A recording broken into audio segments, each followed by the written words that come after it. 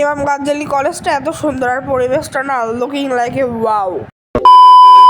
আসসালামু আলাইকুম এভরিওয়ান, সবাই কেমন আছেন? আশা করি সবাই ভালোই আছেন। আমিও আল্লাহর রহমতে ভালোই আছি। আজকে একটু সকাল সকাল বের হয়ে গিয়েছিলাম কারণ আমার বোনের বৃত্তি পরীক্ষা ছিল আর ওর সিট পড়ছিল ইমাম গাজ্জালি কলেজে। তাই আমি একটি রিক্সা নিয়ে অনন্ত বাজারের দিকে রওনা হলাম কারণ ওই ইমাম গাজ্জালি কলেজটা অনন্ত বাজারে অবস্থিত। তো আপনারা দেখতেই পাচ্ছেন সকালবেলা আমাদের পাবনা শহরে কত লোক। তো আমি পাবনা শহরের ভিউটা একটু এনজয় করতে করতে সামনের দিকে যাচ্ছিলাম।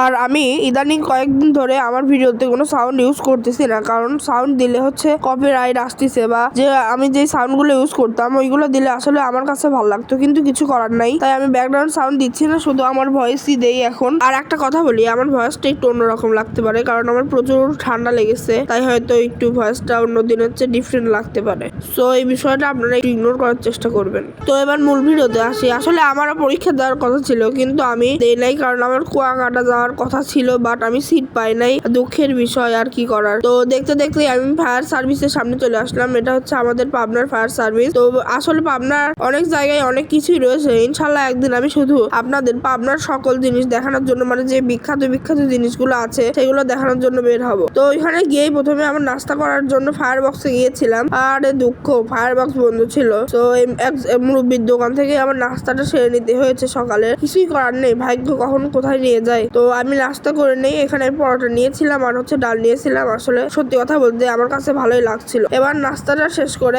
এরপর নাস্তা সেরে আমি একটা চিপস খুঁজতেছিলাম আর কি। পুরো অনন্ত বাজার খুঁজছে এই ডেটো চিপসটা, কিন্তু পায় না। এই দেখেন পুরো অনন্ত বাজার ঘুরে, মানে এই চিপসটা আমার কাছে ভালো লাগে, তো তাই আমি ওটাই খুঁজতেছিলাম। পরোটা খেয়ে মুখটা কেমন যেন হয়ে গেছিল। এই চিপসটা পেয়ে আমি কতটা খুশি এটা আমার হয়তো ফেস দেখেই বোঝা যাচ্ছে। তো আমি চিপসটা কিনে নিয়ে ইমাম গাজ্জালি কলেজের দিকে আবার চলে যাচ্ছিলাম, কারণ ওইখানে আমার এখন যে একটু আম্মুর সাথে দেখা করতে হবে। আর ভিডিওটা কেমন হচ্ছে আমি জানি না, কারণ ভিডিও হয় ভাই আইফোনের মতো আর আপলোড দিলে হয়ে যায় নোকিয়ার মতো। এই হচ্ছে ইমাম গাজ্জালি কলেজ, আর এর ভেতরে গিয়ে আমি ডেটোসটা খাচ্ছিলাম আর ভেতরের পরিবেশটা একটু দেখতেছিলাম। আসলে পরিবেশটা অসাধারণ আর অনেক লোক ছিল ওইখানে, আর মাঠটা অনেক বড়। এরপর আমি ইমাম গাজ্জালি কলেজের থেকে বের হয়ে যাচ্ছিলাম কারণ আমি এখন বাসায় যাব। বাসায় গিয়ে আমার ভাতিজা আব্দুল্লার সাথে দেখা করবো আর এই ভিডিওটা এডিট করবো আর কি। কিছুক্ষণের মাঝে আমি ইমাম গাজ্জালি কলেজ থেকে বের হয়ে যাই এবং একটি অটো নিয়ে আমার বাসার উদ্দেশ্যে রওনা হয়ে যায়।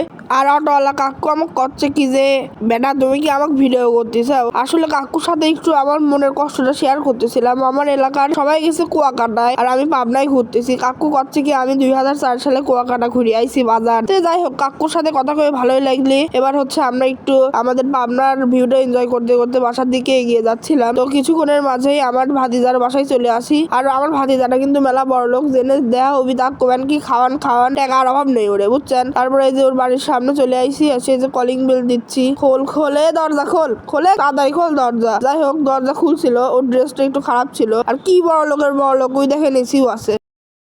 তো আজকের ভিডিওটা ছিল এই পর্যন্ত। ভিডিওতে যদি কোনো ভুল হয়ে থাকে তাহলে অবশ্যই খাওয়ার দৃষ্টিতে দেখবেন। সবাই ভালো থাকবেন, সুস্থ থাকবেন, আল্লাহ হাফেজ। আর এই ছোট ভাইয়ের পেজটা ফলো দিয়ে রাখবেন।